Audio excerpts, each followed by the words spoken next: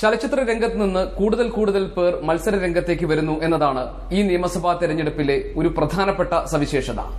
പത്തനാപുരത്ത് K B Ganesh കുമാറിനെ നേരിടാനായി കോൺഗ്രസ് ഇറക്കുന്ന തുറുപ്പുചീട്ടാണ് ജഗദീഷ്. ഈ സാഹചര്യത്തിൽ ജഗദീഷ് വ്യൂ പോയിന്റിലെത്തുന്നു. Mr Jagadish, welcome to my show. Thank U.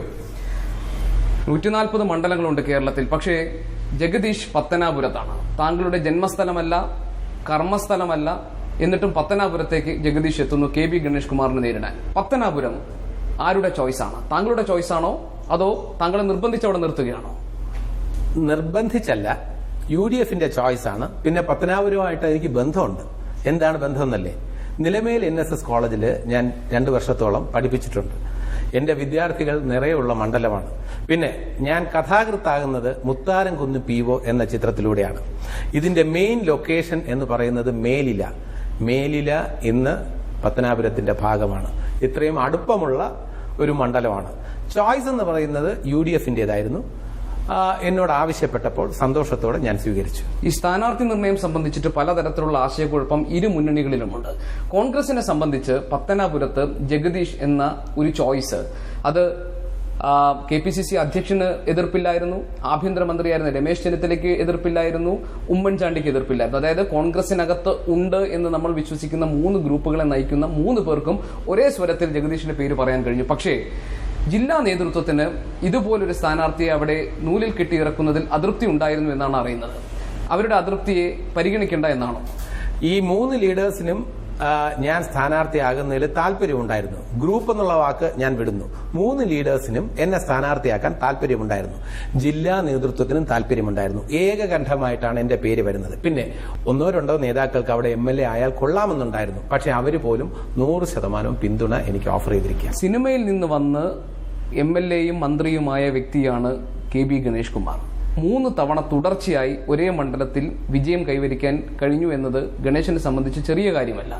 4ാം വട്ടം അദ്ദേഹം അംഗത്തിനിറങ്ങുകയാണ്. ഗണേശനെ നേരിടാനുള്ള എന്തൊക്കെ തന്ത്രങ്ങളാണ് ജഗദീഷിനുള്ളത്? തന്ത്രമൊന്നും ആവശ്യമില്ല. എന്റെ ജീവിതം ജനങ്ങൾക്കറിയാം. ഒരു തുറന്ന പുസ്തകമാണ്. ഇത് തന്നെയാണ് എനിക്ക് ജനങ്ങളുടെ മുന്നിൽ വയ്ക്കാനുള്ളത്. ജഗദീഷ് ആരാണെന്ന് കേരളത്തിലെ ജനതയ്ക്ക് അറിയാം. പത്തനാപുരത്തെ ജനങ്ങൾക്കും അറിയാം. അവിടെ 3 പ്രാവശ്യം MLA ആയ കെ ബി ഗണേഷ് കുമാറിന് പ്രൊപ്പോർഷനേറ്റ് ആയിട്ട് ആദ്യത്തെ ടേമിൽ ചെയ്യാൻ കഴിഞ്ഞ കാര്യങ്ങൾ പിന്നീട് 2 ടേംസിന് ചെയ്യാൻ കഴിഞ്ഞിട്ടില്ല. 3ാമത്തെ ടേം ആയപ്പോൾ വ്യക്തിപരമായ പ്രശ്നങ്ങളിൽ കുടുങ്ങി. അതൊരു ട്രാജഡിയാണ്. അതിലേക്ക് ഞാൻ കടക്കുന്നില്ല. അതൊരു വ്യക്തി ജീവിതത്തിൽ സംഭവിക്കുന്ന ട്രാജഡികളാണ്.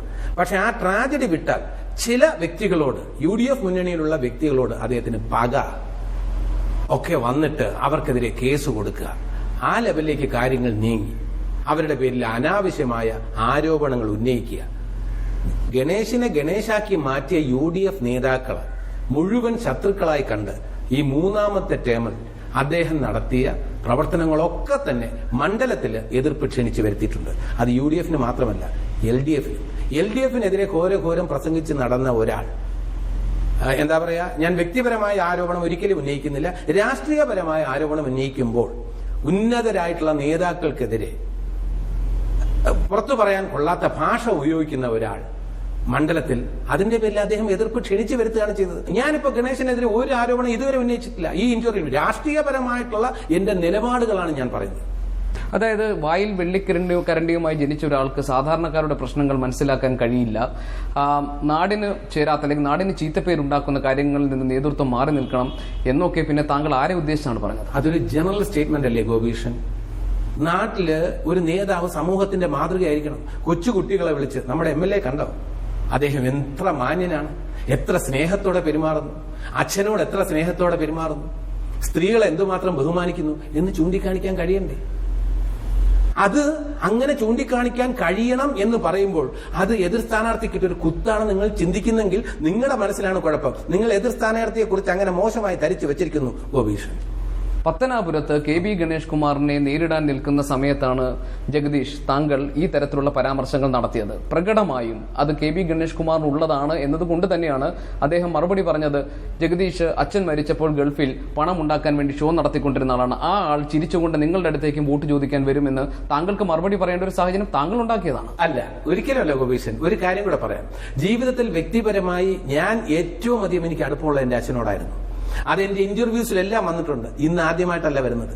എത്രയോ വർഷമായിട്ട് എന്നെ ഞാനാക്കിയതിൽ എന്റെ അച്ഛൻ വഹിച്ചിട്ടുള്ള പങ്ക് ഞാൻ പറഞ്ഞിട്ടുണ്ട്.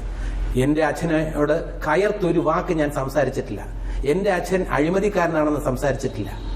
എന്റെ അച്ഛൻ ലോകത്തിന് മുഴുവൻ ശത്രുവാകുന്ന തരത്തിൽ ഞാൻ സംസാരിച്ചിട്ടില്ല. എന്നെ ഞാനാക്കാൻ വേണ്ടി എണ്ണിച്ചുട്ട അപ്പം പോലെ കിട്ടുന്ന ശമ്പളം കൊണ്ട് അധ്വാനിച്ച് പാടുപെട്ട് ജഗദീഷ് കുമാരനെ ഇത്രയും വളർത്തി വലുതാക്കി എന്റെ അച്ഛനെ ഞാൻ ഒരിക്കലും തള്ളി പറയില്ല. പിന്നെ ഒരു മിനിറ്റ്, ഇപ്പോൾ ഈ പറഞ്ഞതെല്ലാം ഗണേഷ് കുമാറിന് ഉദ്ദേശിച്ചല്ലേ?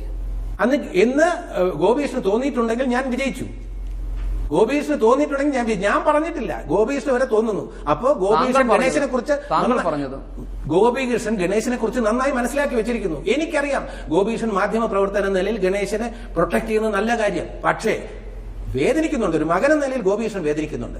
അച്ഛനെതിരെ അഴിമതിക്കാരനാണെന്ന് പറഞ്ഞപ്പോൾ ഗണേശൻ പറഞ്ഞ നിരുത്തരവാദപരമായ കമന്റ്സ് കേട്ടപ്പോൾ ഒരു മകൻ, സ്നേഹമുള്ള ഒരു മകൻ എന്ന നിലയിൽ ഗോപീഷൻ വേദനിച്ചിട്ടുണ്ട്. എനിക്കറിയാം. ഇനി ഒരു കാര്യം കൂടെ പറയട്ടെ. ഈ ഗൾഫ് നാടുകളിൽ ചുറ്റിയടിച്ചു എന്നുള്ളതിന്റെ അത് വാസ്തവ വിരുദ്ധമാണെന്ന് തെളിയിക്കാൻ ശ്രീനിവാസനും അന്ന് എന്നോടൊപ്പം ഉണ്ടായിരുന്ന ഒരു ടീമിനും കഴിയും. എന്റെ അച്ഛൻ, അത് ഗൾഫ് എന്നുള്ളത് ആദ്യം തെറ്റാണ്. ഞാൻ കാനഡയിലായിരുന്നു. അത് 1999 അന്ന് പ്രോഗ്രാം കഴിയുന്നത് വരെ ഇത്രയും നാൾ ഞാനത് ജസ്റ്റിഫൈ ചെയ്യാൻ ശ്രമിച്ചിട്ടില്ല. പക്ഷെ ഒരു മാധ്യമ പ്രവർത്തകൻ ആ ഗണേഷ് കുമാറിന്റെ വാക്ക് കേട്ട് വിശ്വസിച്ച് എന്നെ പ്രതിക്കൂട്ടിൽ നിർത്തിയപ്പോൾ എനിക്ക് വേദന തോന്നുന്നു. പക്ഷെ ചോദിക്കേണ്ടത് നിങ്ങളുടെ അവകാശം. ഞാൻ മറുപടി പറയണം. 99 മെയ് മാസം 24 കാനഡയിൽ ഷോ നടക്കുമ്പോൾ, 3 മണിക്ക് ഷോ നടക്കുമ്പോൾ ശ്രീനിവാസന് മെസ്സേജ് കിട്ടി, എന്റെ അച്ഛൻ മരിച്ചു കഴിഞ്ഞു. അവിടെ സംസ്കാര ചടങ്ങുകൾ വരെ നടത്തി കഴിഞ്ഞു. എന്നെ അറിയിക്കുന്നത് ഷോ മുഴുവൻ കഴിഞ്ഞ് ന്യൂയോർക്കിലേക്കുള്ള യാത്രാ മധ്യയാണ് ശ്രീനിവാസനെ അറിയിക്കുന്നത് മരിച്ച വിവരം. കാരണം എത്ര മണിക്കൂർ വ്യത്യാസം ഉണ്ടെന്ന് അറിയാലോ. അപ്പൊ ഇവിടെ എത്തിക്കഴിഞ്ഞിട്ട് അവിടെ നേരത്തെയാണ്, ഇവിടെ എഹെഡാണ്. അപ്പോ അത് ഒളിച്ചു വെച്ചു. അതൊരു കലാകാരന്, എന്നെ പോലുള്ള ഒരുപാട് കലാകാരന്മാര്, മോഹൻലാൽ പറഞ്ഞു അച്ഛൻ മരിച്ചതിന് പിറ്റേ ദിവസം തന്നെ ഷൂട്ടിംഗ് അറ്റൻഡ് ചെയ്യേണ്ടി വന്ന ഹതഭാഗ്യനാണ് ഞാൻ. അതൊരു കലാകാരന്റെ പ്രതിബദ്ധതയാണ്. ആ വേദനയോടെ, വിഷമത്തോടെ ഞാൻ ശ്രീനിവാസനോടോ എന്റെ കൂടെ ഉണ്ടായിരുന്നവരോടോ കയർത്തില്ല. എന്താ നിങ്ങൾ എന്റെ അച്ഛന്റെ മരണവിവരം ഒളിച്ചു വെച്ചത്? അങ്ങനെ വ്യക്തിപരമായി എന്നെ ഏറ്റവും വേദനിപ്പിച്ച ഒരു കാര്യത്തിനെ പരിഹസിച്ച്, ഹാസ്യ നടൻ എന്ന് പറഞ്ഞ് പരിഹസിച്ച്, ഞാനും അച്ഛനുമായിട്ടുള്ള ആ ബന്ധത്തെ, പവിത്രമായിട്ടുള്ള ആ ബന്ധത്തെ പരിഹസിക്കുന്ന ഒരു സ്ഥാനാർത്ഥിയുടെ ആ നിലപാടിനോട് കേരള സമൂഹം ഒരിക്കലും യോജിക്കില്ല. മാധ്യമങ്ങൾ ഇതുവരെ ഞാൻ വിശദീകരിച്ചിട്ടില്ല. ഇപ്പോ ഈ രീതിയിൽ എന്നെ പ്രതിക്കൂട്ടിൽ നിർത്താൻ ഗോപീഷൻ തുനിഞ്ഞപ്പോൾ എനിക്ക് വളരെ വേദനയുണ്ട്. പക്ഷേ ഗോപീഷനെ ഞാൻ കുറ്റപ്പെടുത്തുന്നില്ല. മാധ്യമങ്ങളുടെ ജോലി എന്ന് പറയുന്നത് എന്റെ നിലപാടുകൾ വിശദീകരിക്കാനുള്ള ഒരു അവകാശം ഒരുക്കിയതായിരിക്കാം. ഈ വാക്സാമർത്ഥ്യമാണോ മിസ്റ്റർ ജഗദീഷ് താങ്കളെ ഈ തെരഞ്ഞെടുപ്പിൽ താങ്കളുടെ കയ്യിലുള്ള വജ്രായുധം? വാക്സാമർത്ഥ്യം എല്ലാം ഈശ്വരൻ തരുന്നതല്ലേ ഗോപീഷന്റെ സാമർത്ഥ്യം ഈശ്വരൻ തരുന്നതാണ്. നമുക്കിത് ഡെവലപ്പ് ചെയ്യാനൊന്നും പറ്റില്ല. എല്ലാം നാവിൽ സരസ്വതി വിളങ്ങണം. വികട സരസ്വതി വന്നാൽ ഒരു പ്രസംഗത്തിൽ, ഒരു വാക്കില് നമ്മുടെ സ്ഥാനം തെറിക്കാൻ അത് മതി. ജനങ്ങൾ തെറ്റിദ്ധരിക്കാൻ, നമ്മളെ പ്രതിക്കൂട്ടിലാക്കാൻ അത് മതി.